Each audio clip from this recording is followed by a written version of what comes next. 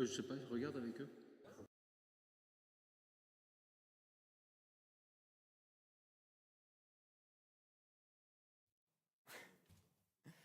Chers frères et sœurs, bonjour, bienvenue pour ce culte, bienvenue à ceux qui nous regardent en ligne. On est heureux de vous avoir d'une manière ou d'une autre parmi nous. Je regarde un peu dans la salle, mais je crois que je connais tous les visages, donc bienvenue, on est entre nous, c'est chouette. Je m'étais fait un accueil pour les nouvelles personnes, ça pour une autre fois. Je voulais vous accueillir avec ce verset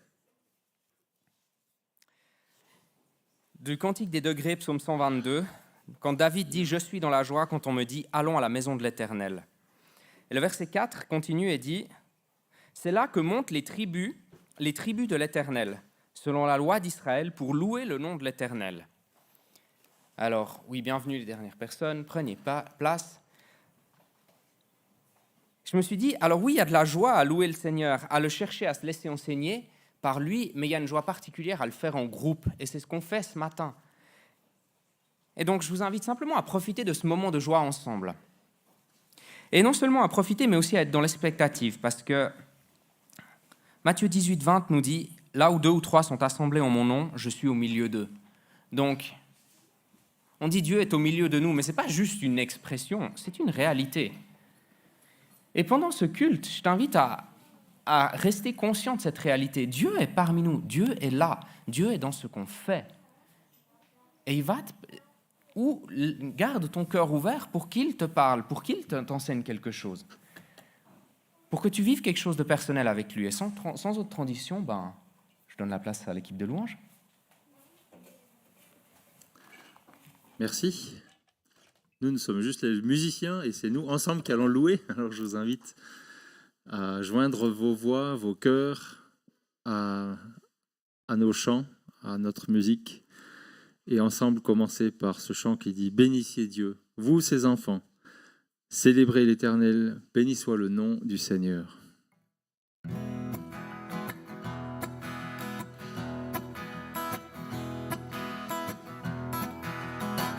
Du lever du soleil jusqu'à son coucher, bénissez l'Éternel Dieu, le Tout-Puissant. Du lever du soleil jusqu'à son coucher, bénissez l'Éternel Dieu, le Tout-Puissant. Bénissez Dieu, vous ses enfants, célébrez l'Éternel. Béni soit le nom du Seigneur, dès maintenant et pour l'éternité. Du lever du soleil jusqu'à son coucher, bénissez l'Éternel Dieu, le Tout-Puissant.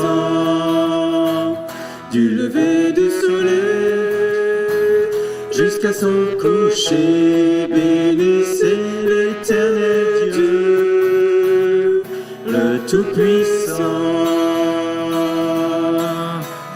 Bénissez Dieu, vous ses enfants, célébrez l'Éternel. Béni soit le nom du Seigneur, dès maintenant et pour l'éternité.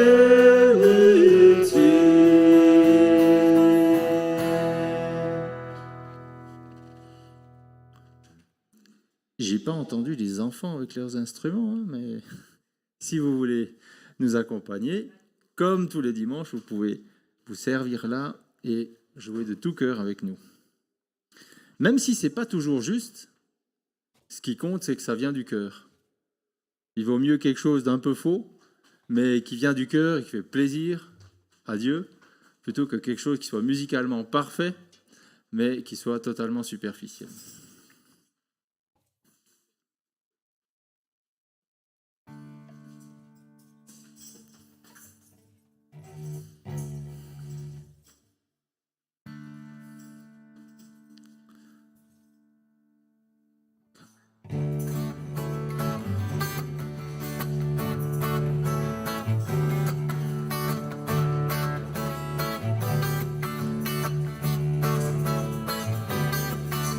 Soyez joyeux, Christ est en vous, l'espoir de gloire est dans nos cœurs. Il vit en vous par son Esprit Saint, debout, soldats pour Jésus, le Seigneur.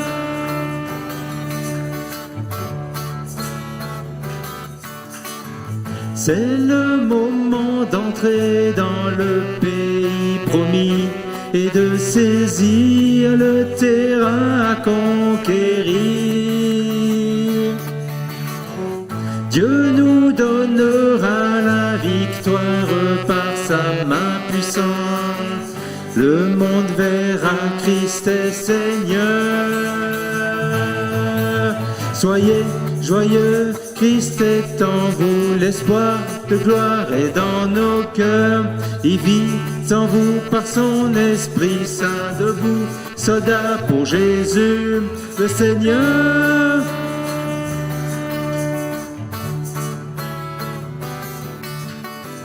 Dieu est à l'œuvre en nous pour accomplir ses plans, car il construit son royaume glorieux. Ce qui est impossible aux hommes est possible avec Dieu. Rendons-lui gloire dès maintenant. Soyez joyeux, Christ est en vous, l'espoir de gloire est dans nos cœurs. Il vit en vous par son Esprit Saint, debout, soldats pour Jésus, le Seigneur.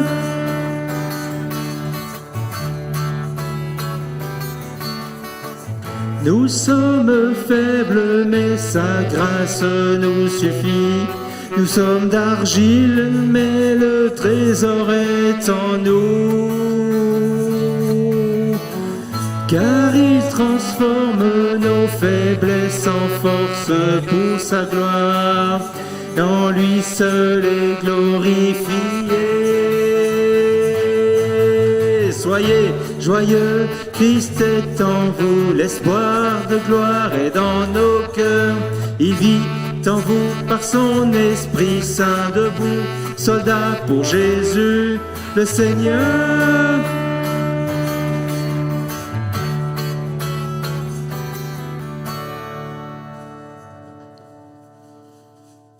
Le problème quand on chante un chant qu'on a l'habitude de chanter, c'est qu'on est peut-être moins attentif aux paroles, mais ce chant vient de nous rappeler une raison d'être joyeux. Soyez joyeux, oui, mais pourquoi ?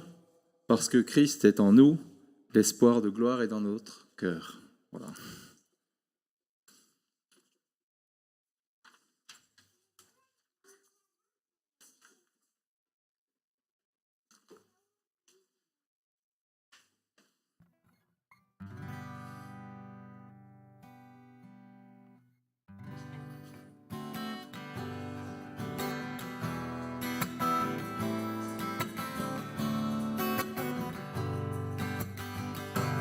Fais monter vers ton roi des clameurs de joie, que ta voix s'élève et chante Alléluia. Viens te prosterner devant sa majesté, entre joyeusement dans la présence de Dieu. Tu m'as donné la vie, tu as payé le prix, et tu m'as affranchi, toi Seigneur, celui qui me guérit. Toi seul me rassasie, car tu es le berger de ma vie. Je t'adore, mon Seigneur, mon roi. Fais monter vers ton roi des clameurs de joie, que ta voix s'élève et chante Alléluia.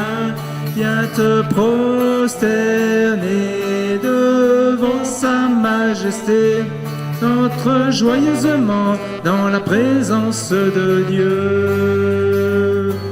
Tu m'as donné la vie, tu as payé le prix, et tu m'as affranchi, toi Seigneur, celui qui me guérit.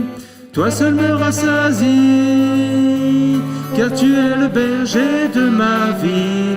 Je t'adore, mon Seigneur, mon roi. Tu m'as donné la vie. Tu as payé le prix et tu m'as affranchi, toi Seigneur, celui qui me guérit. Toi seul me rassasie, car tu es le berger de ma vie. Je t'adore, mon Seigneur, mon roi. Je t'adore, mon Seigneur, mon roi. Je t'adore, mon Seigneur, mon roi.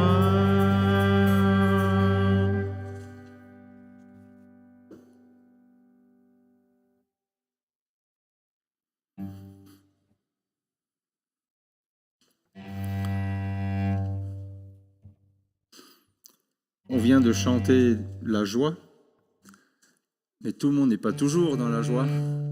Et c'est un privilège aussi de pouvoir, en tant qu'Église, être là les uns pour les autres. Et ce prochain chant nous le rappelle aussi. Ensemble, nous pouvons chanter. Ensemble, nous pouvons prier. Ensemble, nous pouvons élever nos voix et adorer celui qui nous a réunis. Il y a des choses qu'on peut faire, qui sont difficiles à faire seules, mais qui sont plus faciles à faire ensemble. Et je nous invite aussi dans le culte que nous vivons et l'après-culte aussi à avoir un regard, un temps, un cœur pour les autres autour de nous, aussi dans nos prières, à penser à ceux qui sont autour de nous et qui sont parfois dans des souffrances, parfois qu'on ne connaît même pas.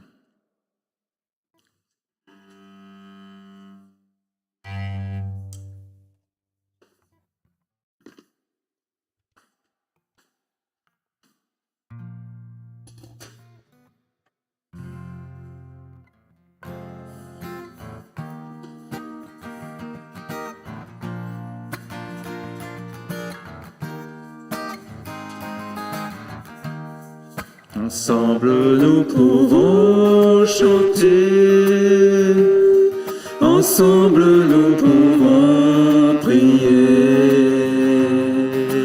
élever nos voix et adorer celui qui nous a réunis. Ensemble nous pouvons donner, ensemble nous pouvons porter nos fardeaux, nos joies et proclamer l'amour que Dieu met dans nos vies. Tous ensemble, tous ensemble, nous pouvons montrer son amour au monde entier. Ensemble nous pouvons chanter, ensemble nous pouvons prier, élever nos voix et adorer celui qui nous a réunis. Tous ensemble, tous ensemble, tous ensemble, nous pouvons montrer son amour au monde entier. Ensemble nous pouvons chanter, ensemble nous pouvons prier, élever nos voix et adorer celui qui nous a réunis. Élever nos voix et adorer celui qui nous a réunis.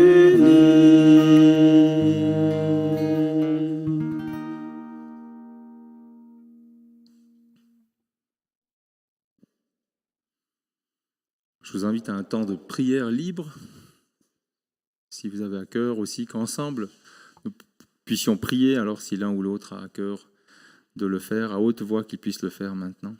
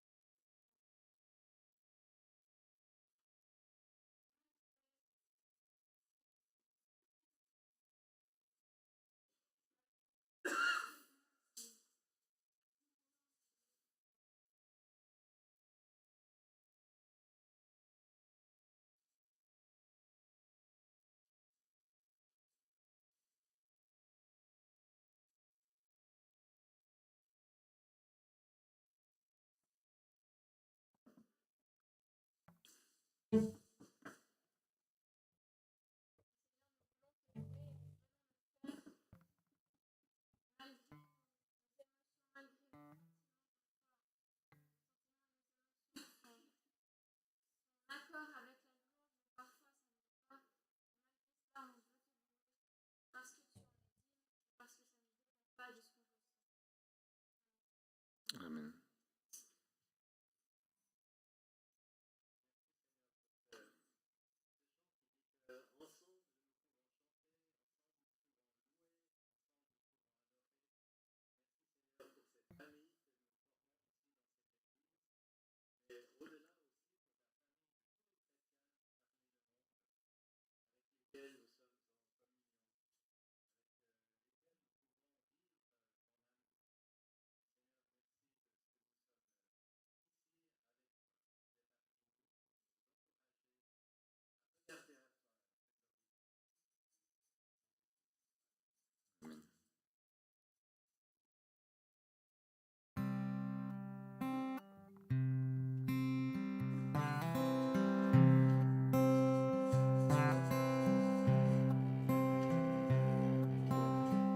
Nous voulons vivre l'unité, rester ensemble à chaque instant, surtout ne pas nous séparer, continuer d'aller de l'avant, tous ensemble, nous partageons l'amour du Seigneur, l'adoration du Sauveur. Tous ensemble, nous accueillons l'Esprit du Seigneur, l'unité du Créateur. Nous voulons te rester fidèle et devenir un même corps, travailler au lien de la paix, marcher toujours dans le même esprit, tous ensemble, nous partageons l'amour du Seigneur, l'adoration du Sauveur. Tous ensemble, nous accueillons l'Esprit du Seigneur, l'unité du Créateur. Nous renaissons nos différends. Dieu et seront notre force. Nous partager ensemble, chercher encore le royaume de Dieu. Tous ensemble, partageons l'amour du Seigneur, l'adoration du Sauveur, tous ensemble, nous accueillons l'Esprit du Seigneur, l'unité du Créateur. Tous ensemble, nous partageons l'amour du Seigneur, l'adoration du Sauveur. Tous ensemble, nous accueillons l'Esprit du Seigneur, l'unité du Créateur.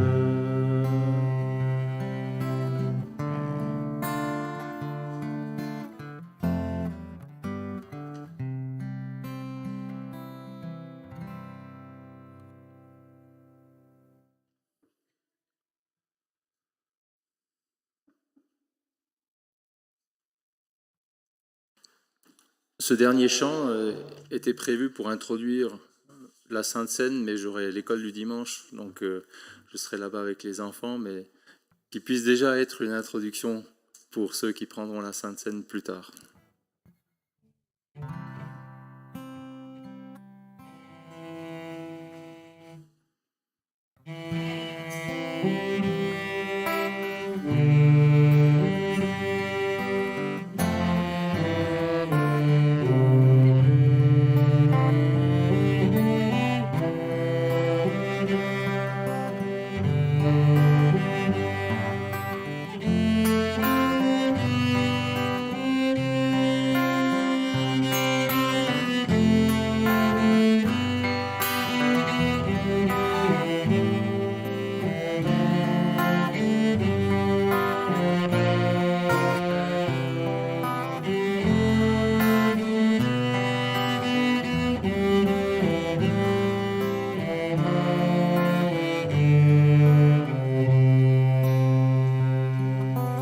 Gloire, gloire, gloire à l'agneau. Gloire, gloire, gloire à l'agneau, car il est glorieux et digne de régner. L'agneau est souverain. Nous élevons la voix pour l'adorer. L'agneau est souverain. Gloire, gloire, gloire à l'agneau. Gloire, gloire, gloire à l'agneau, car il est glorieux et digne de régner. L'agneau est souverain. Nous élevons la voix pour l'adorer. L'agneau est souverain, car il est glorieux et digne de régner. L'agneau est souverain. Nous élevons la voix pour l'adorer. L'agneau est souverain. L'agneau est souverain.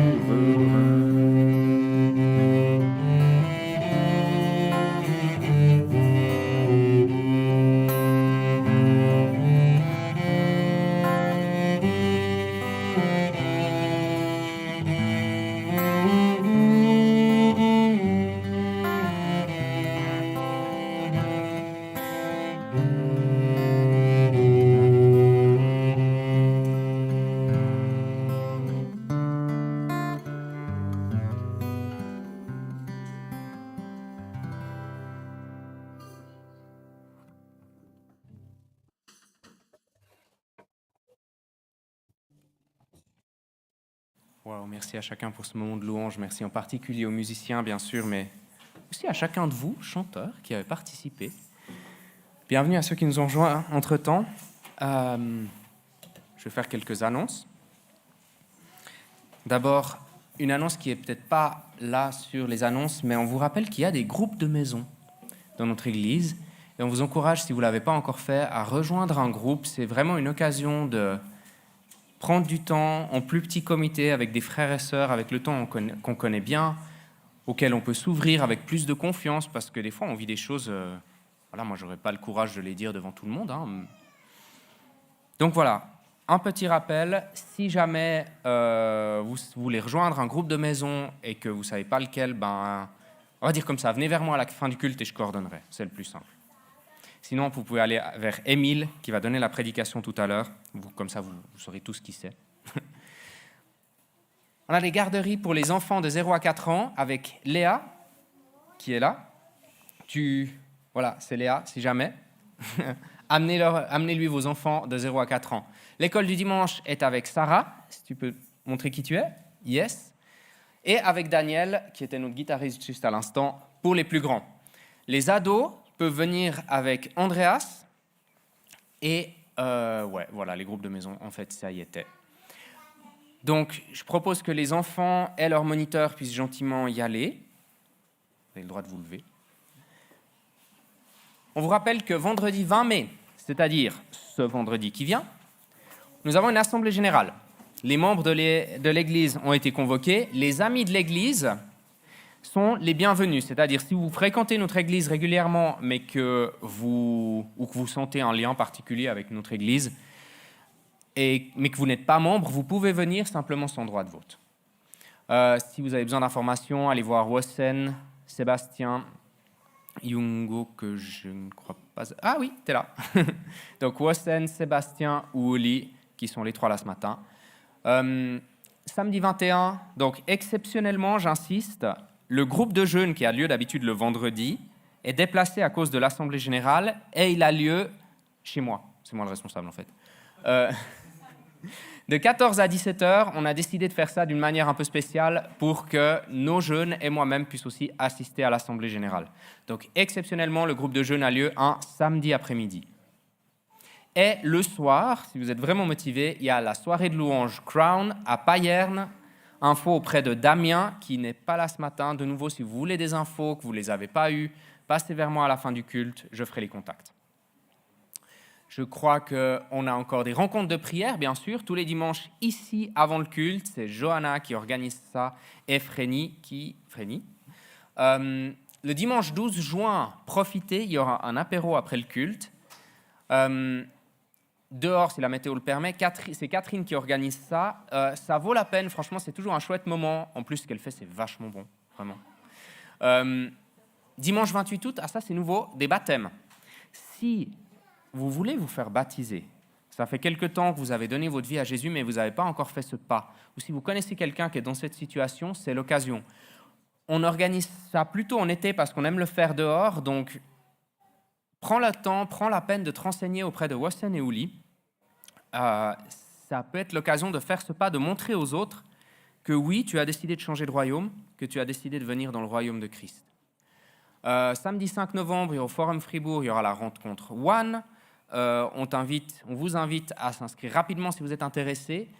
Le site est juste là. Et il y a toujours la disposition de visite individuelle. Si vous avez quelque chose dont vous voulez parler avec une personne de confiance qui a de l'expérience dans la foi, mais que vous ne savez pas trop qui, vous ne savez pas trop comment, etc., il y a Wossen, Didier et Henri qui se tiennent à disposition. Leurs numéros de téléphone sont disponibles sur le site internet. Voilà, c'en était à peu près tout pour les annonces, je vérifie. Donc maintenant, je donne la place à Émile, qui va nous apporter la parole du Seigneur.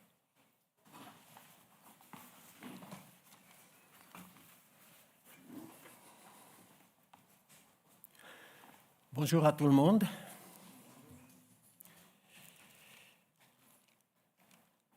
Alors, je vous invite d'ouvrir la parole de Dieu dans la première épître de Paul aux Corinthiens. Première épître de Paul aux Corinthiens.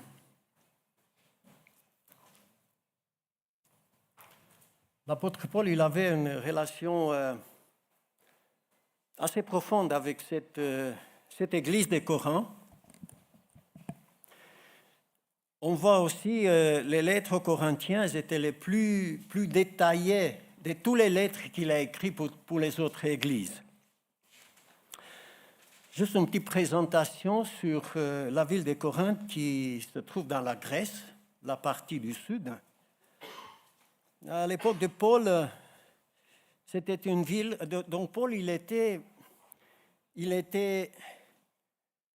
a passé par Athènes.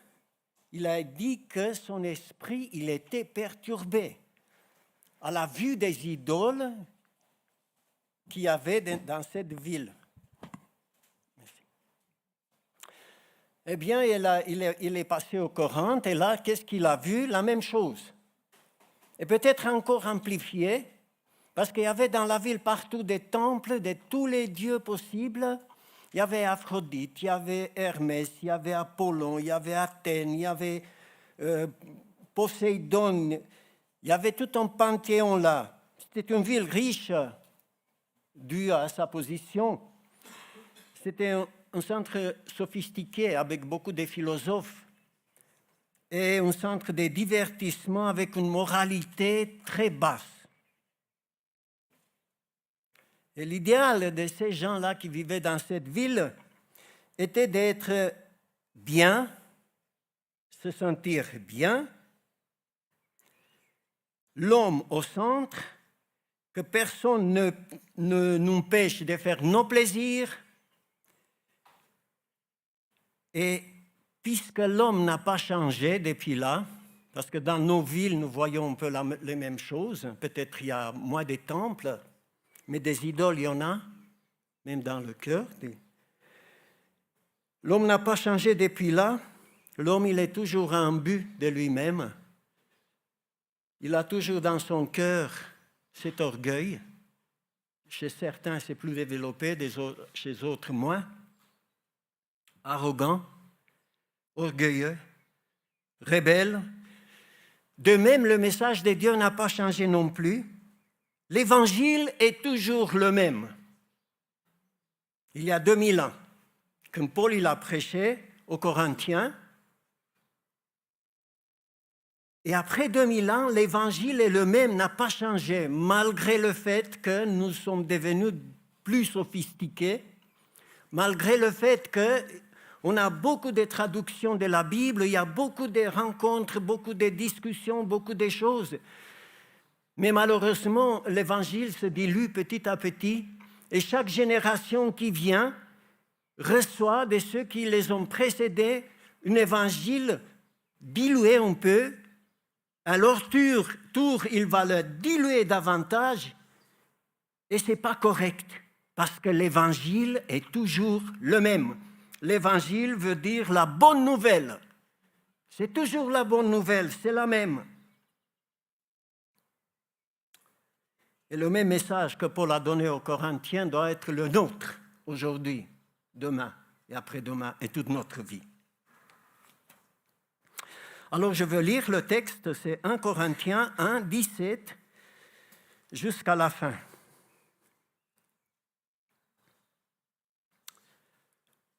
« 1 Corinthiens 1, 17.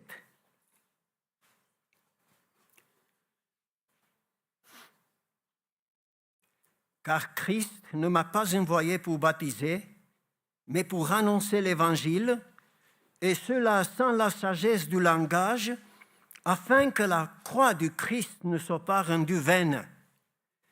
Car la parole de la croix est folie pour ceux qui périssent, mais pour nous qui sommes sauvés est puissance de Dieu. Ainsi est-il écrit. Je détruirai la sagesse des sages et j'anéantirai l'intelligence des intelligents. Où est le sage? Où est le scribe? Où est le contestataire de ce siècle? Dieu n'a-t-il pas frappé de folie la sagesse du monde? Car puisque le monde avec sa sagesse n'a pas connu Dieu, dans la sagesse de Dieu, il a plu à Dieu de sauver les croyants par la folie de la prédication. Les Juifs demandent des miracles et les Grecs cherchent la sagesse. Nous prêchons Christ, crucifié, scandale pour les Juifs et folie pour les païens. Mais pour ceux qui sont appelés, tant Juifs que Grecs, Christ, puissance des dieux et sagesse des dieux. Car la folie des dieux est plus sage que les hommes, et la faiblesse des dieux est plus forte que les hommes. Considérez, frères, comment vous avez été appelés. Il n'y a parmi vous ni beaucoup de sages, selon la chair, ni beaucoup de puissants, ni beaucoup de nobles. Mais Dieu a choisi les choses folles du monde pour confondre les sages. Dieu a choisi les choses faibles du monde pour confondre les fortes. Dieu a choisi les choses viles du monde, celles qu'on méprise, celles qui ne sont pas, pour réduire à rien celles qui sont, afin que nulle chair ne se glorifie devant Dieu. Or, c'est par lui que vous êtes en Christ Jésus, qui de par Dieu a été fait pour nous sagesse, ainsi justice, sanctification et rédemption, afin, comme il est écrit, que celui qui se glorifie dans le Seigneur.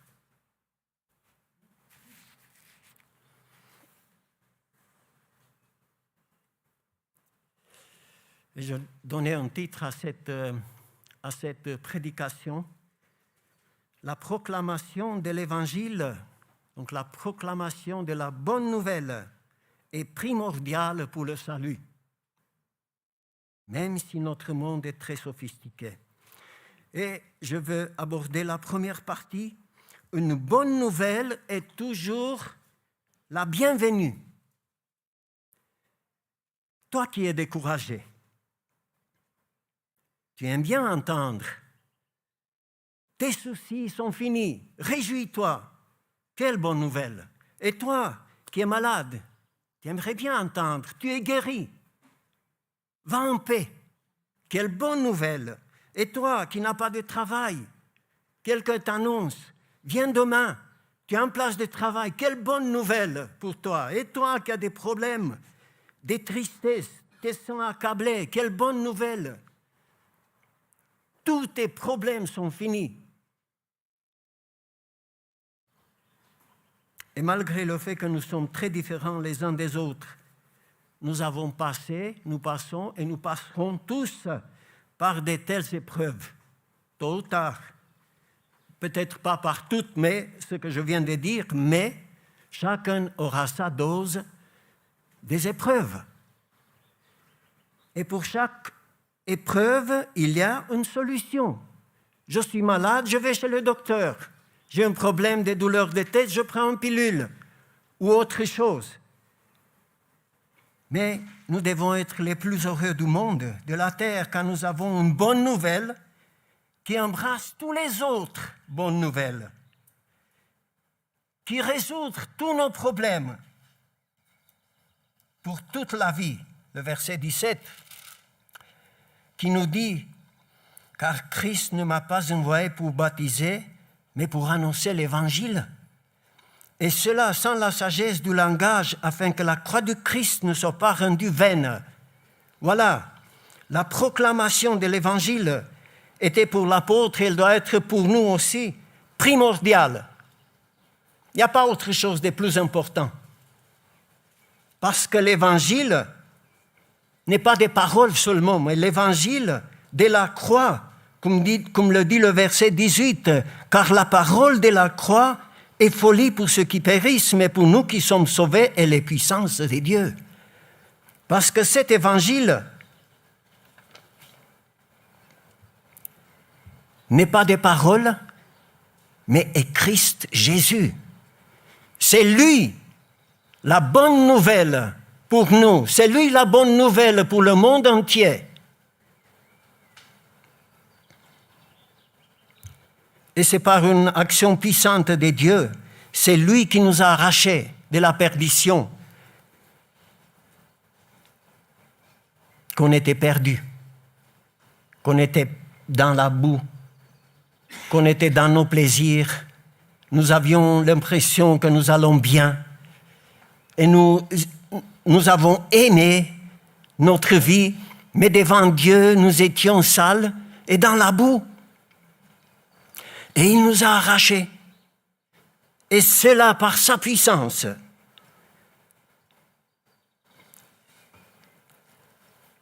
L'évangile n'est pas seulement des paroles, mais c'est une personne, c'est Jésus-Christ, parce que c'est lui qui a tout fait pour nous. C'est en lui que vous avez la vie.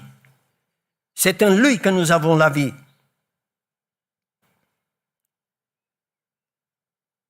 Et malheureusement, nous entendons beaucoup, moi j'entends beaucoup de prédications, j'ai lu beaucoup de prédications aussi.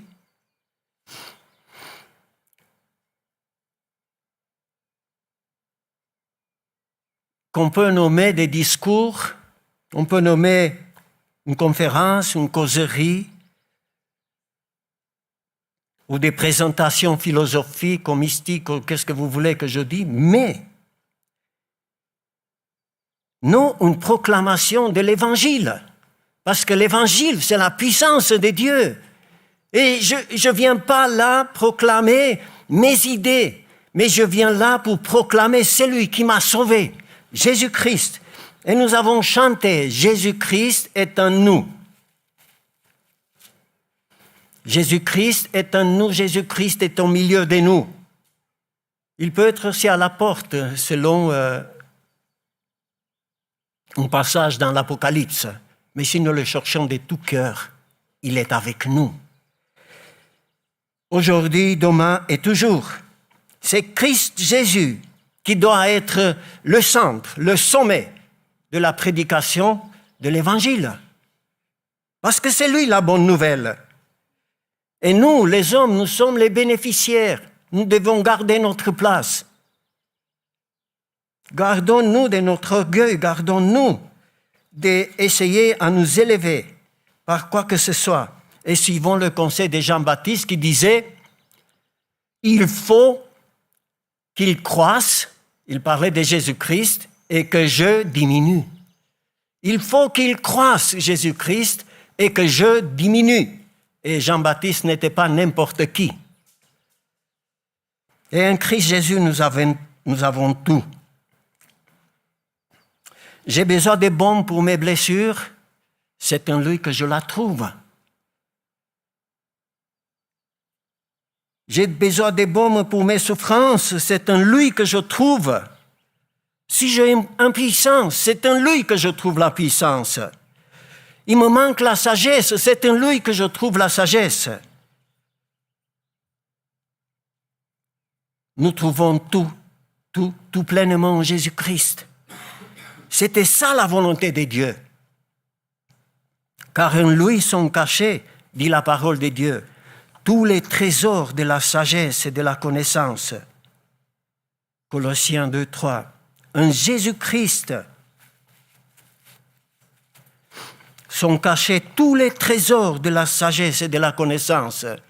Je veux connaître beaucoup, je dois m'approcher de lui. À nous de découvrir cela. Et l'appel du Seigneur reste le même. Il est dans l'évangile de Marc, de Matthieu. Et combien cet appel est valable pour nous aujourd'hui. Venez à moi, vous tous qui êtes fatigués et chargés, et je vous donnerai du repos. Prenez mon joug sur vous et recevez mes instructions, car je suis doux et humble de cœur. Et vous trouverez du repos pour vos âmes, car mon joug est aisé, c'est-à-dire il est bon, et mon fardeau léger. Venez à moi, dit le Seigneur Jésus-Christ. À nous de nous abriter sous ses ailes. Ne soyons pas comme les Israélites en son temps-là, quand le Seigneur a pleuré sur eux. Quand il a dit « Jérusalem, Jérusalem, combien de fois j'aurais voulu te rassembler comme une poule rassemble ses poussins sous ses ailes, mais vous n'avez pas voulu. Soyons attentifs à son appel. Venez à moi, vous tous qui êtes chargés et fatigués. Et de nos jours, maintenant, qui n'est pas chargé et qui n'est pas fatigué? À nous de répondre à cet appel. Et nous allons recevoir la paix de nos âmes. Car le centre, le but, l'essentiel de notre existence, c'est Jésus-Christ, c'est la puissance de Dieu. Regardez dans le chapitre 2, chapitre 2, verset 2. Car je n'ai pas jugé bon de savoir autre chose parmi vous, sinon Jésus-Christ et Jésus-Christ crucifié. L'apôtre Paul était un homme extraordinaire, un très grand intellectuel, mais il a choisi ce but de prêcher pleinement Jésus-Christ. Pardon.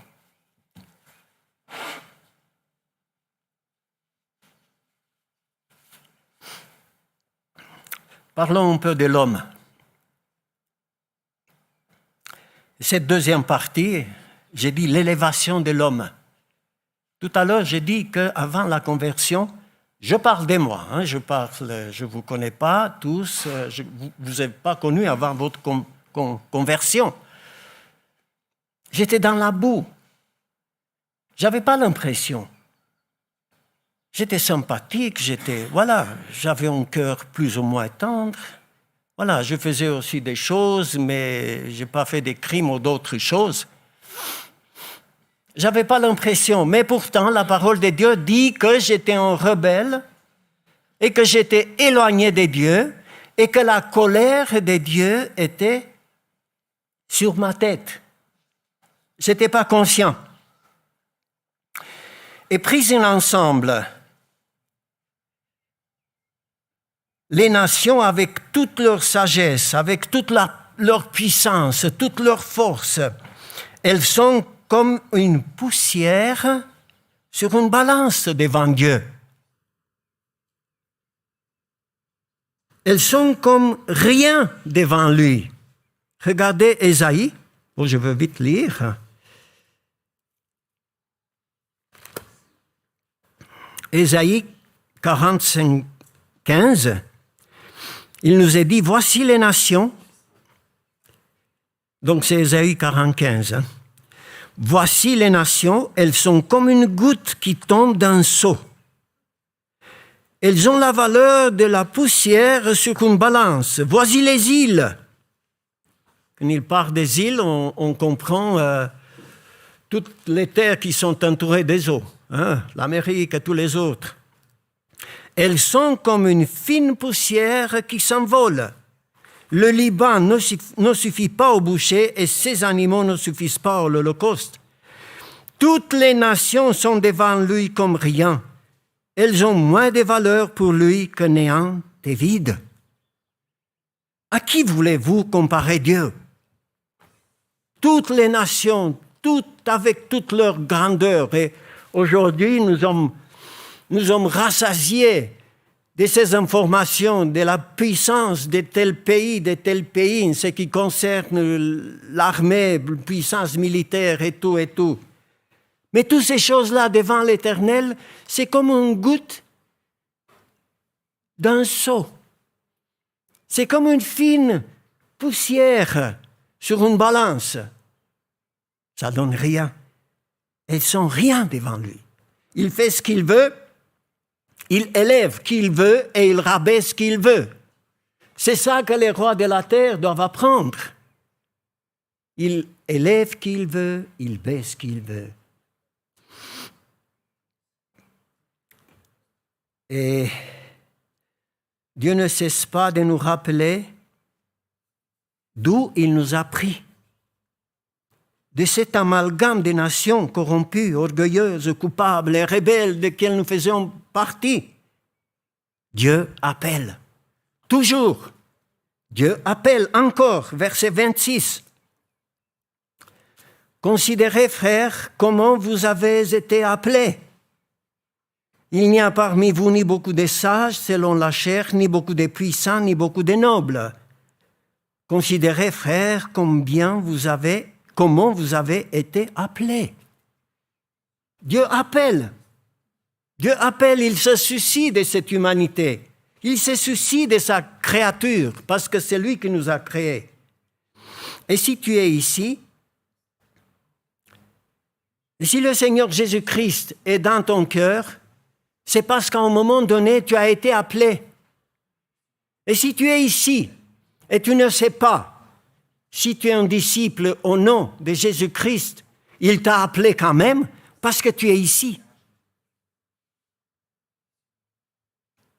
L'appel de Dieu s'étend sur toutes les nations. L'appel de Dieu est universel. Il ne tient pas compte de la couleur, de la puissance, de la grandeur, des richesses ou tout autre.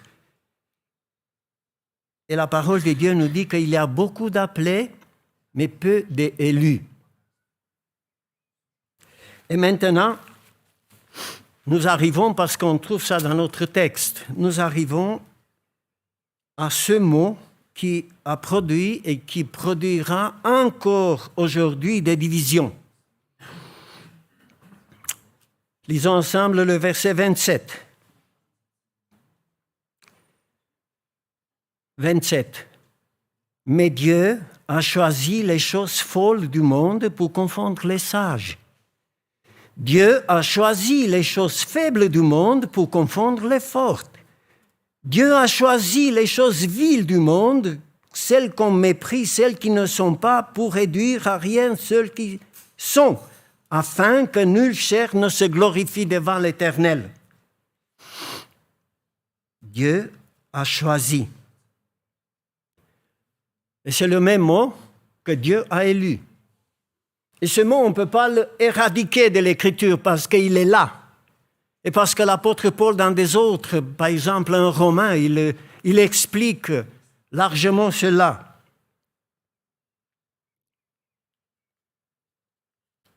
Pourquoi je suis devenu chrétien?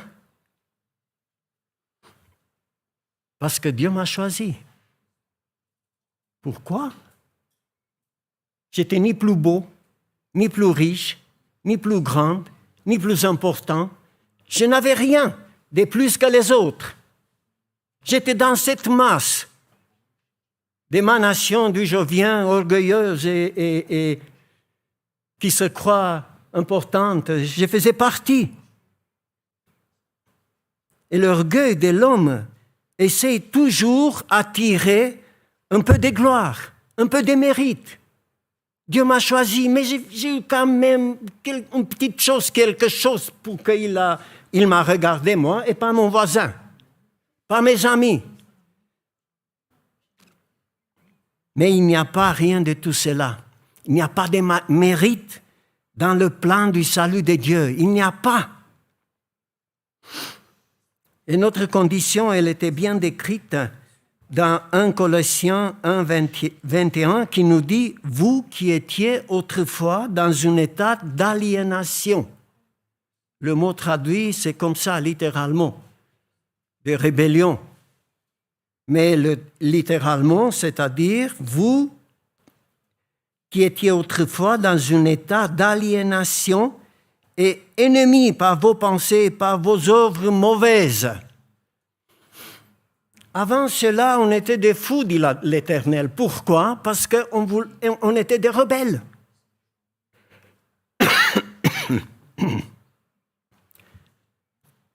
Et c'est dans cette optique que nous devons comprendre les versets 26 à 29 qui nous dit « Considérez, frères, comme vous avez été appelés, il n'y a parmi vous ni beaucoup de sages selon la chair, ni beaucoup de puissants, ni beaucoup de nobles. Mais Dieu a choisi les choses folles du monde pour confondre les sages. Dieu a choisi les choses faibles du monde pour confondre les forts. Et Dieu a choisi les choses viles du monde, celles qu'on méprise, celles qui ne sont pas, pour réduire à rien celles qui sont, afin que nulle chair ne se glorifie devant l'Éternel. » Notre gloire, c'est dans la miséricorde de Dieu. Notre gloire, c'est en Jésus-Christ. C'est dans sa compassion. Parce que c'est lui qui a pris notre place. C'est lui qui a subi en son corps la punition que j'ai méritée, moi. C'est lui qui m'a couvert par son sang précieux, m'a purifié, m'a blanchi. Et Dieu est le maître souverain, dit la parole de Dieu ailleurs, qui nous a transportés dans le royaume de son Fils bien-aimé. Actuellement, nous sommes ici dans la salle, mais tous ceux qui sont en Jésus-Christ sont dans le royaume de Jésus-Christ. Parce que la parole dit qu'en Jésus-Christ, nous sommes présents dans le paradis, actuellement. Et c'est en lui que nous trouvons la sagesse, la justice, la sanctification, la rédemption, et enfin tout. C'est en lui seul. Versets 30 et 31. « Or, c'est par lui que vous êtes un Christ Jésus, par Dieu. De par Dieu,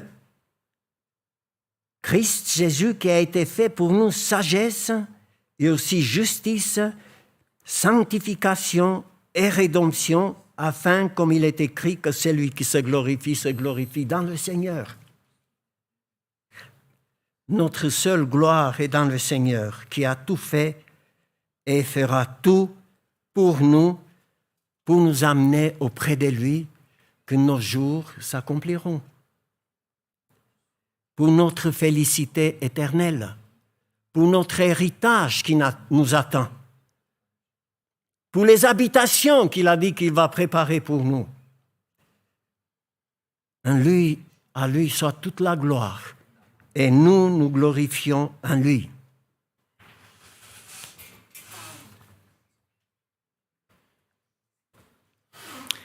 Bien, merci Émile pour ce message puissant qui nous a vraiment rappelé avec force que nous avons tout en Christ, nous sommes en lui et nous vivons par lui.